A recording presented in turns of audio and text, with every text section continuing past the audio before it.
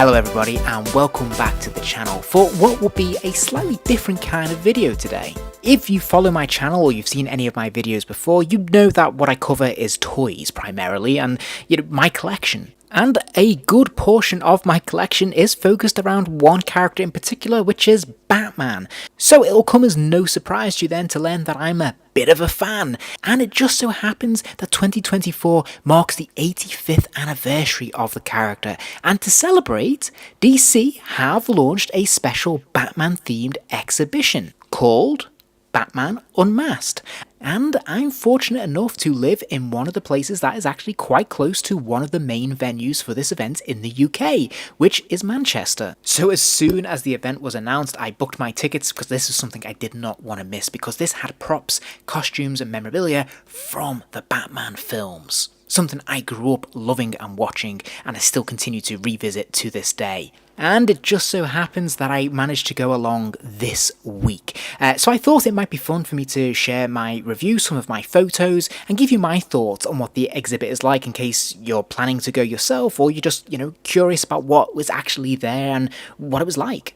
The first thing I should probably say for anyone who's interested in checking this venue out is that it's actually hosted in the Depot Mayfield in Manchester. This isn't a venue I'd been to before, and I found it a little difficult to find initially because it's hosted inside this disused warehouse by all appearances, and it's not the easiest to find, even though there's parking right outside, which is convenient. It's actually just behind Manchester Piccadilly, but there isn't a lot of clear signage, or at least there wasn't when I went, because I went at the first possible showing early in the morning, and they hadn't put any signs out at that time, and there's no obvious clues as to where it is, but rest assured, if you're driving around looking for it, this is the place. Okay, so with that out of the way, let's talk a little bit about the event itself. Now, the first thing is there's actually about 6 rooms, 3 of which have costumes and props and some of those various bits and pieces I described earlier. The other 3 are more experiential themed rooms, I suppose, that kind of capture the flavour and the world of Batman. The first of these rooms is actually Wayne Manor, and I'm not going to say too much about it because I don't want to spoil any surprises for anyone. I just want to give you a flavour of what to expect. But there is a very cool introduction by Jim Lee himself, which is quite nice, obviously as president of DC Comics, and he talks a little bit about Batman and what kind of impression this character made on him when he was growing up, and ultimately the influence it had on him and his entire career, which is pretty interesting. From here, you make your way through the exhibit and start to see some of the goodies within. And in the first room, you get to see the Batcave with some of the screen-used costumes and props, which is fantastic. And they do really emphasize the fact that these are screen-used. There's no replicas at this exhibit at all, which is pretty phenomenal, really. And very, very exciting to a long-time fan like myself. And here we get to see 3 distinct bat suits, which is very cool. We see Michael Keaton's suit from Batman Returns, Christian Bale's The Dark Knight, and of course Robert Pattinson's from The Batman. Very, very cool, and I think all 3 are excellent and actually quite impressive in different ways, and it's really interesting to get up close and personal and see all the little details in there, and you can get pretty close behind glass cabinets, but you can get right in there and see a lot of detail, which is fantastic. That being said, I was a little disappointed that we couldn't see any of the other costumes from any other films, because presumably they all still exist, and they're probably out there maybe at other exhibits. I'm not sure, because I believe this is going global, so maybe that they've held some behind, but I wish they'd all been together, because I would have loved to have seen all the costumes right the way through. It would have been pretty fantastic. That being said, you do get to see most of the utility belts, which is pretty cool, and you get to see an awful lot of the cowls. In fact, they have a cowl for every single Batman from the Hollywood movies anyway, which is nice, and there's actually, it's pretty cool, especially seeing some of the sizes and getting a sense of what the actual material would have been like to actually wear. That's pretty decent, and I think it's just a shame that this wasn't replicated for all the other main costumes as well. Now, there's a huge range of props, which is fantastic. Again, they're all behind a glass cabinet, but you can see a lot of detail on them, which is really, really very cool. And these props are taken from a smattering of different Batman films. A lot of them are taken from The Dark Knight or the Christopher Nolan trilogy. We see a lot of things like the Bat Bombs, the Batarangs, and there's several different versions, which are really cool. I have to say, beautifully done. They look really impressive in real life. But of course, we also see things like the grapple gun gun and the Geiger counter, but in amongst them you'll also see a smattering of other batarangs and bits and pieces from Batman's world from some of the other films as well. Now, most notably, they're coming from Batman Forever and Batman and Robin. We don't really see anything from the Ben Affleck Batman films or, sadly, the Michael Keaton Batman films. There's none of those batarangs, but we do have pretty much everything else from Batman Forever and Batman and Robin, which is pretty cool because they actually had a diverse range of different batarangs and bits and pieces, which I have to say look really, really good in the flesh. Regardless of whether you're a fan of those particular films or not, these props are pretty faultless. I mean, they look really, really nice, and it's great to see them up close and personal like this. And probably the coolest thing, the highlight of the entire exhibit, has to be the vehicles they have on display. Now, at Manchester, they have Robert Pattinson's Batcycle, and they also have Christian Bale's Tumbler, which is pretty magnificent. I mean, I've never particularly liked this design of the Batmobile, but seeing it in the flesh, it gives me a whole new impression of it. I have to say, it's absolutely massive, and it looks really, really cool.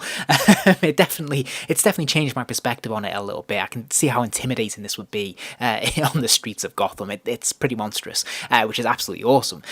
So it's great being able to get really close to these and have your photo taken with them. It's absolutely fantastic. But again, that slightly critical part of me wishes we'd seen a few others. It would have been really nice for me to have seen Michael Keaton's Batmobile, which I'm sure is still around. After all, it was used recently in The Flash, so I would have dearly loved to have seen that because it's my favourite Batmobile. And to be honest, I like all of them from the films. I think they're all really cool, and I appreciate that space is going to be limited, but I would have loved to have seen a little bit more than we actually got here. Something else that would have been really nice to see that sadly is not present is some of the models they use in the films. These are a lot more scalable, so they'd definitely fit in their glass cabinet, but it would have been really cool to see some of the screen used props or models that were used in the films of the cars or of the Batwing, say, or the Batboat. That would have been really cool. But sadly they don't make an appearance.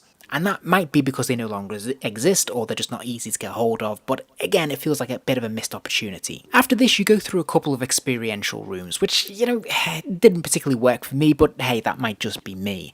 Now, one of the things I did want to point out, though, is that some of these sequences actually have some very strong flashing, strobing lights and some smoke effects. And I just want to make note of that for those who have health concerns, because this is definitely quite strong, and I just felt I ought to mention it.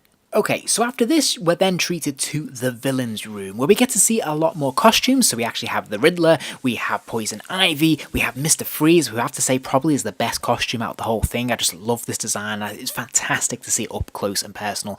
Really, what a treat. I thought this was absolutely fantastic, and I didn't expect them to have this here. So that was really very, very cool.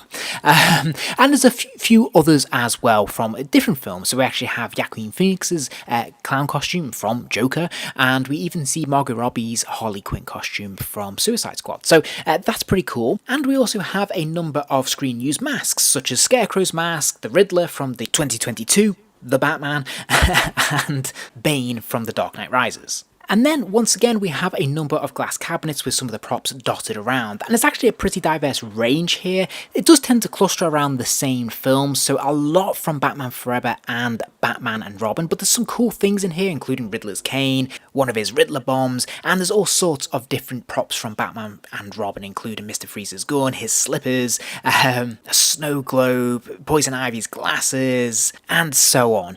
But we're quite limited in a lot of the other films. There's a bit of an emphasis on the Batman. We definitely see Catwoman's whip, we see a couple of the Riddler props from that film, so there's quite a few bits and pieces there, but there's nothing really from the Michael Keaton Batman films at all. And on this side of things, The Dark Knight or the Christian Bale trilogy isn't really represented very much either, which is a shame. And there's absolutely nothing from the Ben Affleck era, which is also surprising and disappointing considering that his Batman's actually appeared in, 3 or 4 different outings by this point. I know none of them have been a solo Batman film, but nevertheless, it would have been nice to have something to represent his era here. Yeah, they have Harley Quinn's costume and they have her mallet, and I know that's from his era, but it doesn't really represent his Batman per se because they don't have any screen time together at all from what I remember. After this, you're basically taken through to a room where you can have some really fun photo opportunities, and these are pretty fun, and I encourage you to check them out. I actually picked up a photo; it was really, really fun, and yeah, I think this is great. And then you're through to the gift shop, and I gotta be honest, I was expecting a lot from the gift shop. I thought it'd be really cool, and they definitely have some unique elements, some hoodies and t-shirts and things which cost a premium. I gotta be honest, but I was hoping to see a lot more Batman merchandise. Having been plugged into the official DC channel, I thought we might see some really interesting graphic novels here, some of the cool action figures and toys, some high end stuff perhaps. But sadly, not at all. This is bare minimum stuff. This is the stuff you'd find in any mainstream media outlet. So I would dial back your expectations if you're looking for something kind of really special here. And before I wrap up and give you my final thoughts, I did just want to mention that I thought it was a shame that there's absolutely no representation of Batman 66. It's not my Batman. I don't have any love for this version of Batman, but I know an awful lot of people do, and it is an important part of Batman's history. Likewise, there's nothing at all about Batman the Animated Series, which, growing up, this was phenomenal. This was a massive hit, and, to this day has a long-lasting legacy, and it's a shame there's nothing here to represent it. Some cells or some stills or even just a mention would have been nice, and there's nothing at all, which is really sad. Likewise, there's nothing from the Arkham games, which again, a big cultural phenomenon, hugely successful, and you think there'd be something to mark this in some capacity, some designs perhaps, some 3D models or something. There's something they could have done, I think, and it's weird that it's just completely absent. Another thing that crossed my mind is that why isn't there more of a celebration here of the character in terms of his comic book origins? There's really very little representation in this way, and I thought it would have been a really cool opportunity, again, having that link with DC, and from Jim Lee himself, who's obviously engaged with this whole experience. Wouldn't it have been cool if there'd been some nice sketches that he could have produced either for the exhibit or just something he's done in the past to show off some of his artwork? I mean, that would be really cool, just a room with a gallery of some of the top artists who've worked on the character across the years, and he could have gone across the ages, whatever they had. It could be scraps, I don't know, maybe just a gallery of famous covers, anything really. This would have been really, really a nice nod, and it would have made it feel more like a celebration of the character rather than just a celebration of a selected handful of films. And I suppose actually that feeds into my summary, because that's how this feels. This feels like a celebration of certain key films in the franchise. Definitely get good representation from The Dark Knight. We see a lot from Batman Forever, Batman and Robin, and just a tiny, tiny amount from the Michael Keaton Batman Returns. I mean, just literally that costume and his cowl, and that's it, which is devastating for a long-time fan like me who loves those films more passionately than any of the others, and I love the Christian Bale ones, but I really love the Michael Keaton ones because they're the ones that I grew up with when I was a kid, so they're very formative, they're very, very strong in my mind, as I know they are for an awful lot of other people out there. So I found it strange that we don't have more from Keaton's era, and it's slightly disappointing. I'm also surprised that they didn't capitalise on this a bit more, having that big venue where they could have perhaps done a themed cafe, restaurant-y kind of thing. I'm not saying a full restaurant, but you know what I mean.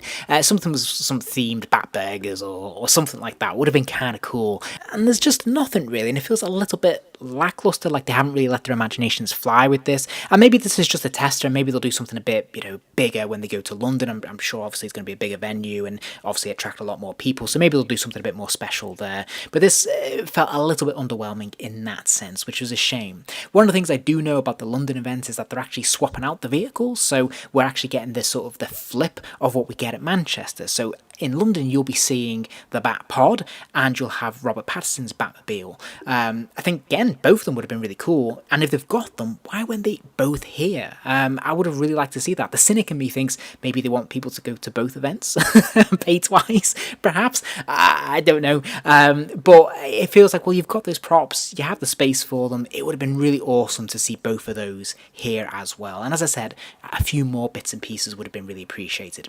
Now, that sounds like I'm being really negative, negative. I don't mean to be. I had a really great time. I loved seeing these things, and it was really great to get up close and personal, because I don't believe they've ever gone on tour like this before. I've certainly never had the chance or the opportunity to see some of these props and costumes, and it was absolutely magnificent. I was really blown away by things like Mr. Freeze's costume, and the bat suits were just incredible. And yeah, seeing the Tumbler up close and personal was an absolute treat. So I do not regret spending my money on this. It's definitely worth your time and your money if you're in the area and you're a massive fan like me. You're not going to be disappointed.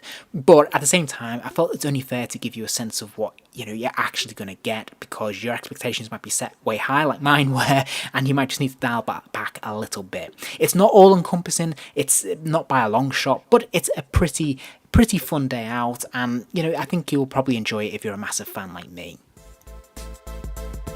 I hope you enjoyed the video. If you did, please do consider giving the video a like. That kind of thing really does help the channel out, and it allows me to keep making more content. And if you're interested in seeing more content, remember to hit subscribe, as there'll be plenty more videos coming soon.